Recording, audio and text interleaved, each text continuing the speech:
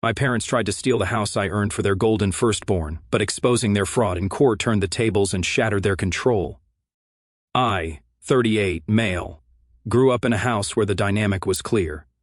My older brother, Nate, 41, male, was the golden child, the firstborn, the heir to everything. My parents never tried to hide this fact. They would say Nate will inherit the family home, the money, all of it right in front of me.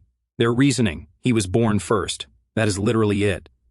I was always the afterthought kid, the one who was supposed to just accept that Nate got the best of everything. For years I watched it happen. Nate got the bigger bedroom, the car for his 16th birthday, college fully paid for. I got student loans and a bus pass. My buddy Rick has seen this play out since we were in middle school. Your parents act like Nate hung the moon, and you are just some random neighbor kid, he would tell me. He was not wrong. The pattern continued into adulthood. When Nate got married to his wife Karen, my parents gave them a $30,000 gift for the down payment on their first house. When I asked for similar help 4 years later, I got a lecture about fiscal responsibility and bootstraps. Nate's career path was equally blessed. After college, my dad called in favors to get him a management position at his friend's construction company. No experience required. Meanwhile, I started at the bottom rung of an IT firm, working my way up through certifications and late nights. Dad never even asked what I did for a living until I had been doing it for 3 years. Fast forward to last year. I finally saved enough to buy my own place after years of busting my ass. A 3-bedroom in a neighborhood I liked. The house needed work, but I spent 6 months getting it exactly how I wanted it. New kitchen, refinished hardwoods, converted garage into a home gym. This place was 100% mine, bought with money I earned through 15 years of 60-hour weeks and aggressive saving. I felt like I'd finally done something that was just for me. My name on a deed, my rules, my life. No family strings attached, at least that is what I thought. About 2 months after moving in, my parents invited themselves over for dinner.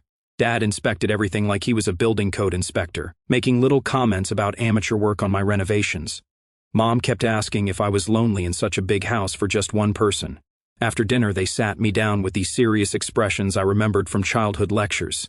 "Son," my dad said, "your mother and I have been discussing your house situation. We think it would make more sense for Nate to take over the property."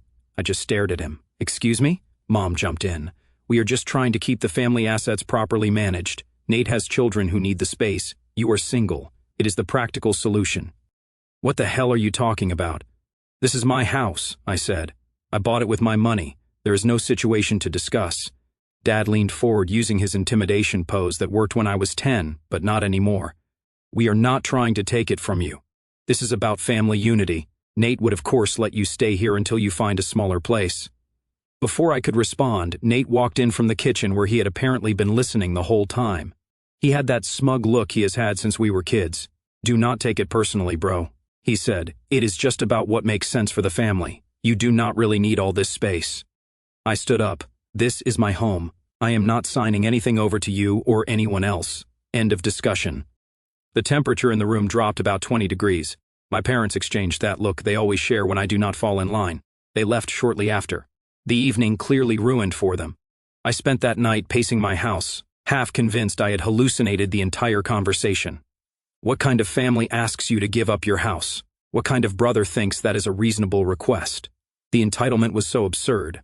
I actually laughed out loud, alone in my kitchen at midnight, trying to process what had just happened. The next morning, I called Rick, the only person who truly understood my family dynamic because he had witnessed it firsthand for decades.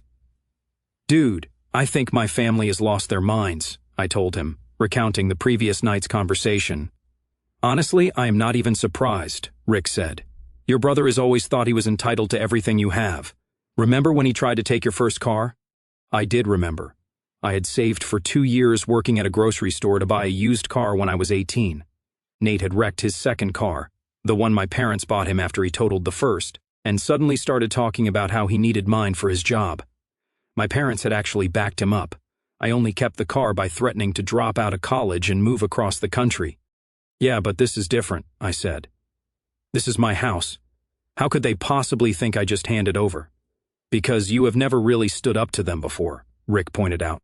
"Not for keeps. You have complained, you have argued, but in the end, you always showed up for holidays, you always played nice. They think you will fold this time too."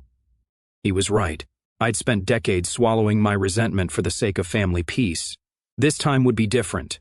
After that visit, things escalated faster than I expected. Mom started texting constantly with guilt trips. Families should support each other, and Nate's children deserve a stable home. And why are you being so selfish? Dad would call with speeches about responsibility to the family name and thinking beyond yourself. My Aunt Susan, Mom's sister and equally entitled, started calling me too.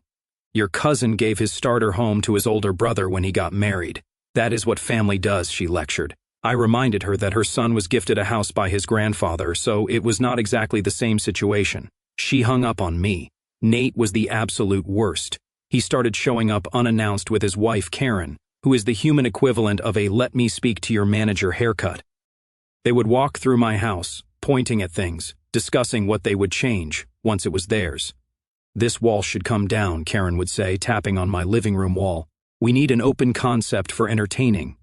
The first couple times, I tried to stay civil, reminding them that this was my house, and I was not selling or transferring it. They would just smile and nod like I was a child throwing a tantrum. We understand you are attached to the place, Karen would say in her condescending tone. Change is hard. Their kids, 8 and 10, both spoiled rotten, would run wild through my house. They would jump on furniture, track mud on my new floors, and mess with my stuff while Nate and Karen did nothing to stop them. Kids will be kids, Nate would say whenever I pointed out their behavior, as if destruction of property was some unavoidable force of nature. Then one Saturday, I came home from the gym to find Nate's SUV parked in my driveway. Their family inside my house. They had used the spare key I stupidly kept under a rock for emergencies. We were just in the neighborhood, Nate said casually, while his kids were literally drawing on my dining room wall with markers. Get your kids and get out, I said. Now, Karen gave me her signature look of practiced outrage. They are just playing. Do not be so uptight. I took my key back and changed the locks that afternoon. Rick came over to help and could not believe what was happening. Dude, this is next-level entitlement, he said as we installed new deadbolts. Document everything. Taking his advice, I installed security cameras covering every entry point of my house and started keeping records of every interaction. The worst incident happened about 3 months after I bought the place. Besides the house, my pride and joy was my '69 Dodge Dart Swinger, classic muscle car, metallic green with the original 345/8. I had spent 2 years restoring it, countless weekends, late nights in the garage, thousands of dollars in parts. I did most of the work myself. From rebuilding the carburetor to reupholstering the interior, that car represented thousands of hours of my life. I was in the kitchen when I heard a strange scraping sound coming from the driveway. I looked out the window and saw Nate's 10-year-old Tyler deliberately dragging a rock along the passenger side of my Dart, carving a deep scratch from headlight to tail light. I ran outside, blood boiling. "What the hell are you doing?" I shouted. The kid looked at me with this smug little smile, the same one his father always had. "It is just a stupid old car," he said, still holding the rock. I lost it. I grabbed the rock from his hand and threw it across the yard, then shoved him, not hard, but enough that he fell on his ass, looking shocked. "Get the hell away from my car," I yelled through clenched teeth. The kid started wailing like I had broken his arm. Nate and Karen came running out, followed by my parents, who had apparently been inside the whole time. "What is wrong with you?" Karen screamed, scooping up Tyler.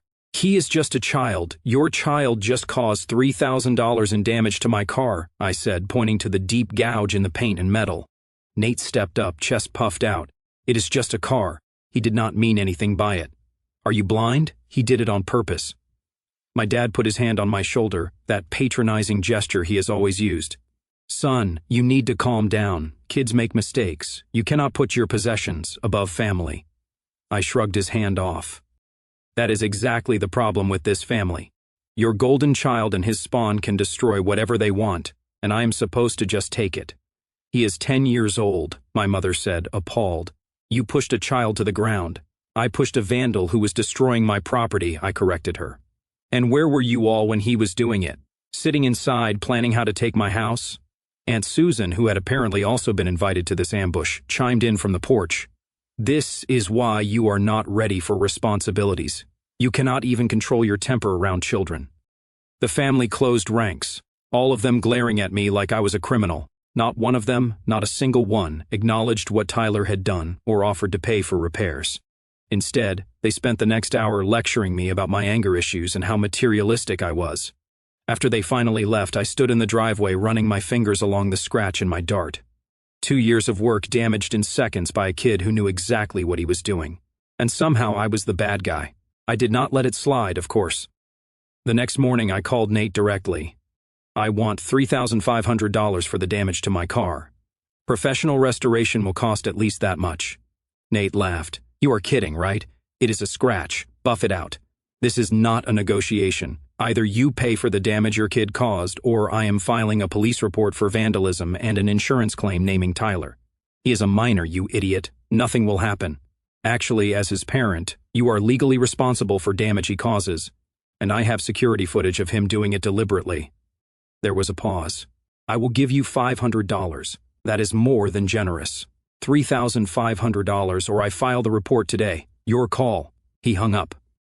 3 hours later, I filed a police report for vandalism and a claim with my insurance company explicitly naming Tyler and documenting that Nate and Karen had refused to cover the damages. I included statements about the pattern of harassment and trespassing. The officer who took my report seemed skeptical at first until I showed him photos of the damage and text messages from Nate. Family disputes are messy, he said. But property damage is property damage. 2 days later, I got a text from Nate. Got your little report. Good luck getting any cop to care about your family drama. You are embarrassing yourself. This was not over. Not by a long shot. Then about 4 months after the initial request, Nate showed up with a card from my parents. It had this sappy message about family legacy, and inside was a crude, hand-drawn family tree with my house sketched in under Nate's name. A post-it note read, "Just sign the papers, son. It is what is best for everyone." I tore it up in front of him. "Get the hell off my property." Nate's face turned red. "You are making this harder than it needs to be. We are trying to be nice about this. There is nothing nice about trying to steal my house. It is not stealing when it is family," he said, like that made any sense. "Think about my kids. I am thinking about your kids. I am thinking they should not be raised by parents who teach them it is okay to take what is not theirs." He tried to push past me into the house, but I blocked the doorway. "Move," he said, trying to sound threatening. "Make me," I replied. For a second I thought he might actually try to throw a punch. His hands balled into fists, and his face went from red to purple. But then he turned and stormed off, shouting that I would regret this. After that, things went from persistent to hostile. My family completely closed ranks against me. I was officially the black sheep for having the audacity to keep my own property. My parents stopped calling entirely. The family group chat went silent for me. Holiday plans excluded me. The family gossip machine went into overdrive. I heard from a cousin that my parents were telling everyone I was mentally ill and making poor decisions. The only direct messages I got were from Nate, and they were not subtle anymore. "You are making a huge mistake," he texted one evening. "We can do this the easy way or the hard way." I did not respond. I just added it to my growing file of documentation. Meanwhile, the incidents around my house became more frequent and destructive. My mailbox was smashed in. My garden was trampled. Someone egged my front door twice. I found my security cameras had been turned away from their viewing angles. I filed police reports each time, building a paper trail. The officers recognized me by the third visit, but not much came of the reports. I kept getting emails saying investigation pending or insufficient evidence to proceed. The system worked slowly, if at all. After 2 weeks, one of the officers took me aside. "Look, man, I get what is happening here. Family disputes are brutal, but we have got limited resources and smashed mailboxes are not exactly top priority. So I'm just supposed to let them vandalize my property?" I asked. He gave me a knowing look. "Document everything. Get better cameras, ones they cannot reach or tamper with, and maybe consider civil options, restraining orders, lawsuits. Hit them where it hurts." It was solid advice. The next day, I upgraded to cameras mounted high on the house, out of reach without a ladder with backup battery power in case someone cut the electricity. I installed a steel mailbox embedded in concrete. I added motion sensors that would alert me if anyone set foot on my property. One evening I came home to find Nate's kids riding bikes across my lawn, digging deep ruts into the grass I just reseeded. Karen sat in her SUV parked across the street, clearly supervising, but doing nothing to stop them. I walked over to her car.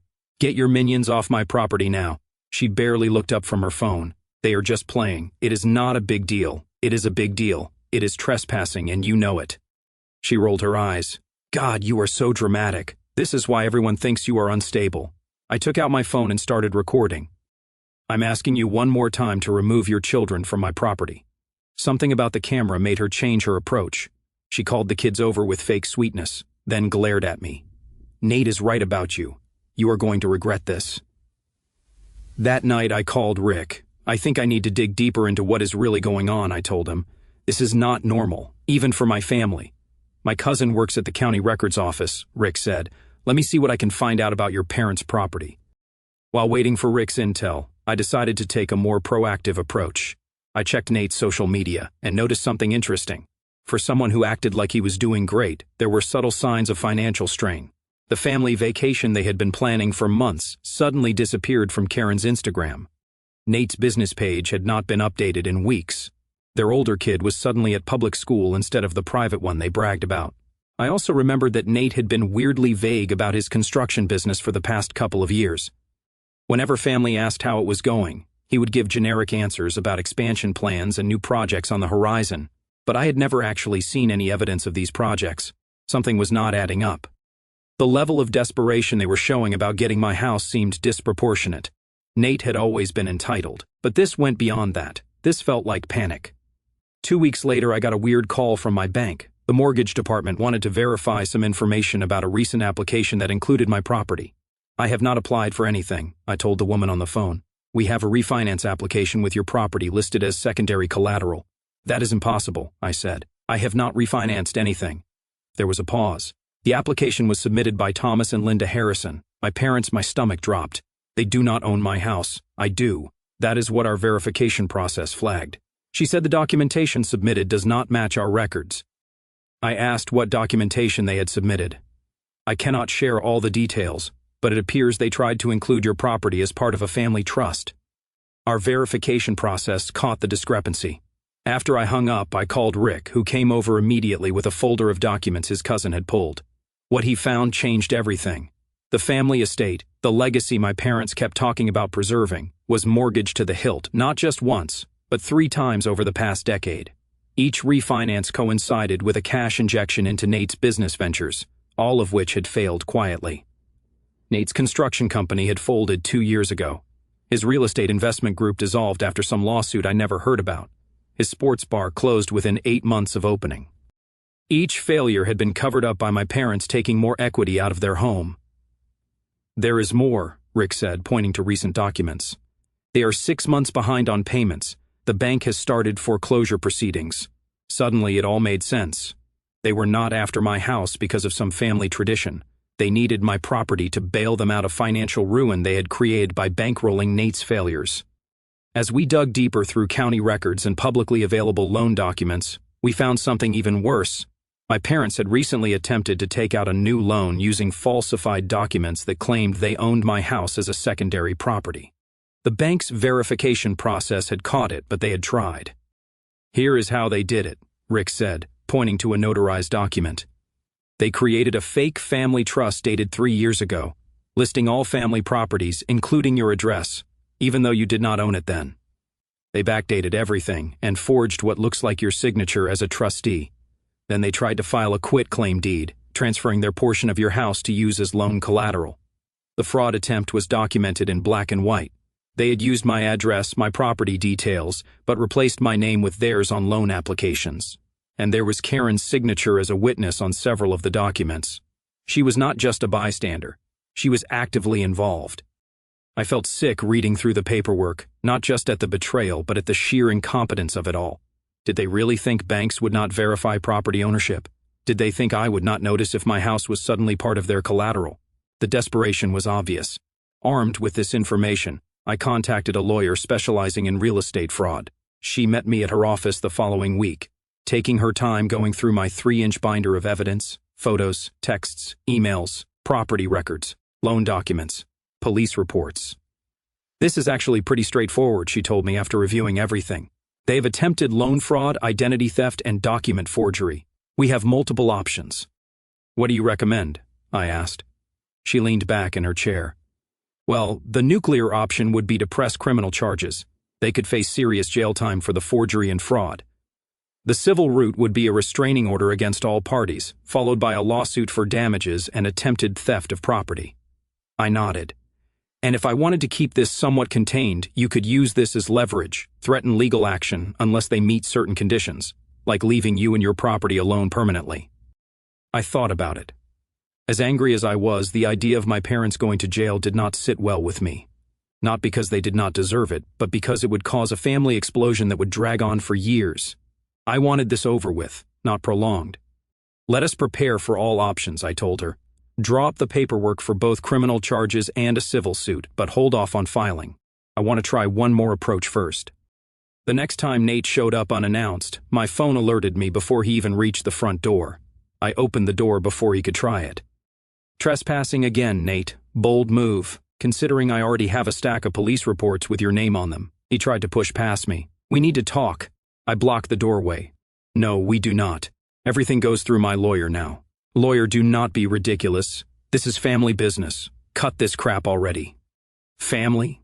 My ass. You tried to steal my house and identity. The security camera is recording this whole conversation, by the way. For the first time, I saw real fear flash across his face. He retreated to his car without another word. The next day, I had my lawyer send formal cease and desist letters to my parents, Nate and Karen and Aunt Susan. The letters detailed the evidence we had collected and warned that any further contact or trespassing would result in immediate legal action. The response was swift. My mother called in tears, claiming they had never meant any harm. My father sent an email full of bluster about how I was overreacting. Nate did not contact me directly, but I heard through another cousin that he was telling people I had lost my mind and was making up lies about the family. None of them denied the fraud attempt. Not one. 2 days later, I received a group text from my mother. Family meeting Sunday, 2 in the afternoon. Attendance is mandatory. I spent the next 4 days organizing my evidence with my lawyer. We compiled a binder with dividers, property documents, harassment timeline, financial fraud, vandalism. Every text, email, and photo neatly arranged and time-stamped. I showed up with Rick waiting in his car down the street as backup. The whole family was there. My parents, Nate and Karen, their kids, Aunt Susan, and a couple of cousins clearly brought in as reinforcements. My dad started with his usual patriarchal speech about family unity and respect. Mom followed with tearful comments about how I was tearing the family apart with my selfishness. I let them finish, then I placed my thick binder on the table. I know about the mortgages, I said calmly. I know about the loan fraud attempt using my property. I know about the foreclosure proceedings. I know everything. The room went silent. Nate's face was drained of color. My mother stopped mid-sob. I got a call from the bank, I continued. They are very interested in the falsified loan applications with my property listed as collateral. My father tried to regain control. 3 mortgages to fund Nate's failed businesses is not a misunderstanding. I cut in. Forging documents to secure a loan using my house is not a misunderstanding. It is fraud. Nate stood up, pointing at me. You ungrateful little. Sit down, I said, not raising my voice. I am not finished. I have already filed a police report for the vandalism to my car. I have documented every trespass, every threat, every intrusion. I have a paper trail a mile long, and I am prepared to press charges on all of it. The doorbell rang, interrupting my speech. My father looked relieved at the distraction until the door opened and Uncle Robert walked in. My dad's brother, who had kept his distance from family drama for years. He looked grim. Sorry I am late, he said, then looked directly at Nate. I got your message about needing more money, but I thought it would be better to discuss it here. Nate's eyes widened. Uncle Rob, this is not the time or place. Uncle Robert continued. I think it is exactly the right time and place. I have loaned you $85,000 over the past 4 years. Money you swore was for your business. Money you promised to repay. Now I find out you have been taking loans from half a dozen other people, including trying to use your brother's property as collateral without his knowledge. The room erupted. My parents tried to talk over Uncle Robert, but he raised his voice. I've been quiet too long about this. Your golden boy here has been running a one-man Ponzi scheme through this family for years. I kept quiet because your father begged me to. Said it would destroy the family if it came out, but enough is enough. He turned to me. I should have warned you years ago about what was happening. Nate was sputtering, trying to regain control of the narrative. Uncle Rob is exaggerating. I have had some cash flow issues. You have had cash flow issues for a decade, Uncle Robert interrupted. You have never paid back a dime to anyone in this family. Your businesses fail because you siphon all the money into your personal accounts. I have seen the records. My mother was ghost white now, looking between Nate and Uncle Robert like she was watching a tennis match. I turned back to my parents. I have two options for you all. Option 1, I file formal charges. Loan fraud, identity theft, attempted property theft, criminal vandalism, harassment. The bank freezes all accounts while they investigate. The house goes into immediate foreclosure. Nate and Dad likely face criminal charges. Aunt Susan gasped. Karen started crying. Option 2, I continued. You all leave me alone completely. No calls, no visits, no texts, no more family tradition talk, no more demands. My house remains mine and you all stay away from it and from me forever. You cannot just cut off your family, my mother said, but her voice had lost its manipulative edge. Watch me, I replied. I will give you until tomorrow to decide. If I do not hear that you have chosen option 2, I will assume you want option 1. I stood up to leave. Nate blocked my path. You think you are so smart, he hissed. You have always been jealous. I laughed in his face. Jealous of what? Your failed businesses? Your mountain of debt? Your inability to support your family without mommy and daddy bailing you out? Move. As I reached the door, my father called out, Son, please, we can work this out. I turned back. You had years to work this out. You chose Nate every time. Now I am choosing myself. Uncle Robert followed me out. I am filing my own claim against Nate, he said quietly. I have got canceled checks, promissory notes, everything. Should have done it years ago. Why did not you? I asked. Family loyalty, he said with a bitter laugh. Stupidest reason in the world to let someone rob you blind. As we walked to our cars, he handed me a folder. These are copies of every loan I gave Nate with the dates and his promises about repayment. Use them if you need to, I nodded. Thanks for coming today.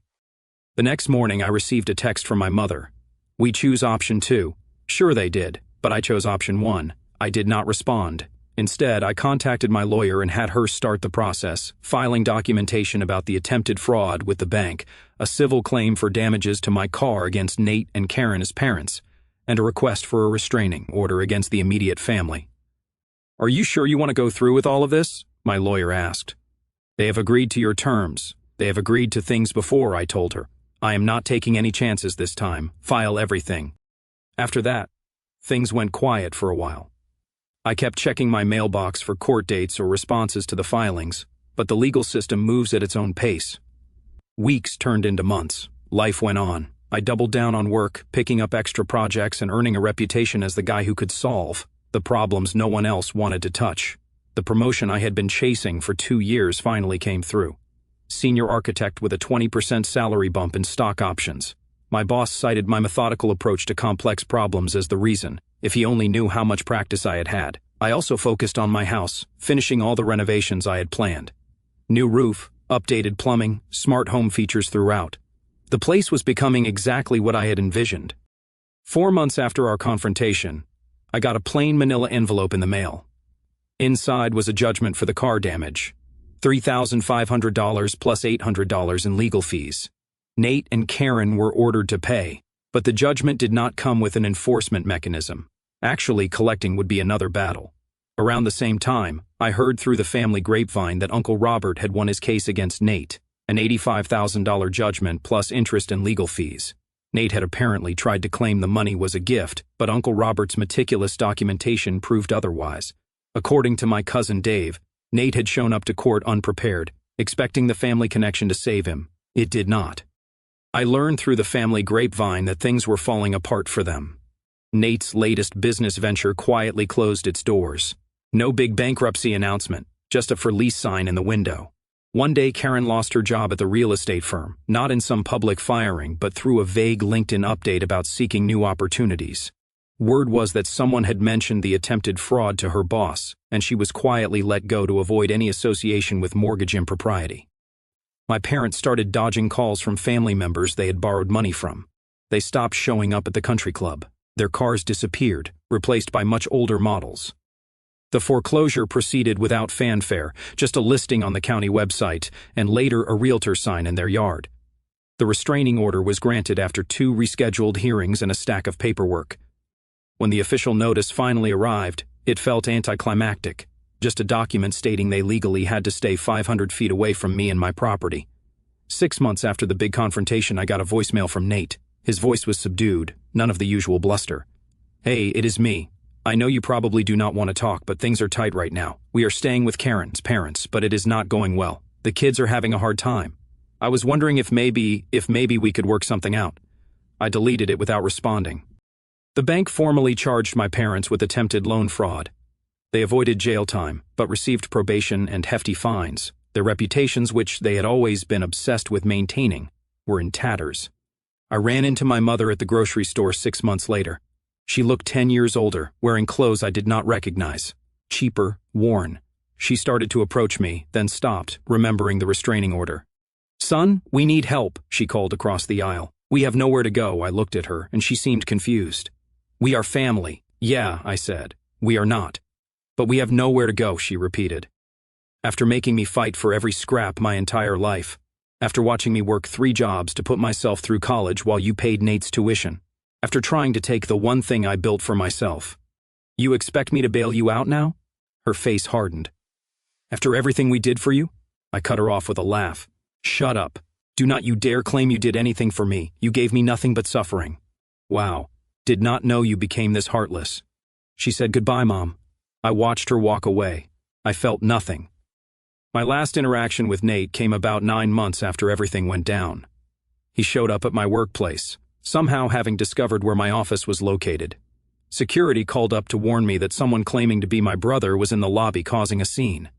I went down to find Nate looking nothing like his former self. The confident stance had given way to a defeated slouch, but the entitlement was still there just below the surface. 5 minutes, he said when he saw me. "Just give me 5 minutes. I pointed to the security guard. "The restraining order says 500 feet. This is about 15%. You want to add violation charges to your record?" "I'm trying to make things right," he insisted. "We are brothers. We are DNA matches. That is it. Mom and Dad are losing everything," he said, his voice breaking. "They will be on the street soon. So what? Jesus, man. Have a heart. They are our parents." I stared at him. Funny how family only matters when you need something. You did not care about family when your kid was vandalizing my car, or when you were trying to steal my house, or when you were forging documents with my name on them. I made mistakes. Okay, I admit it. But they are going to lose everything. They already did, I replied. By backing you instead of treating us equally. By mortgaging their future for your failures. He actually had the audacity to look offended. "So that is what this is about? You are punishing them because you think they loved me more?" "No," I said. "I am protecting myself from people who tried to steal from me. It is that simple." As security escorted him out, he shouted back at me, "You will regret this. Family is all you have in the end." I went back to my office and closed the door. Thought about what he had said. Family is all you have in the end. Maybe that was true for some people, but not for me. After that, I did not hear from them again. The next few months were peaceful. I got a promotion at work, finished my house renovations, started dating someone who respected boundaries. I take the Dodge out on weekends, engine running like a beast. Sometimes Rick and Uncle Robert would come along. That is the thing about family. It is never about blood. It is about respect. The people who tried to take what was mine were not family. They were thieves. My house, my car, my life. I earned every bit of it. No one gets to take that from me.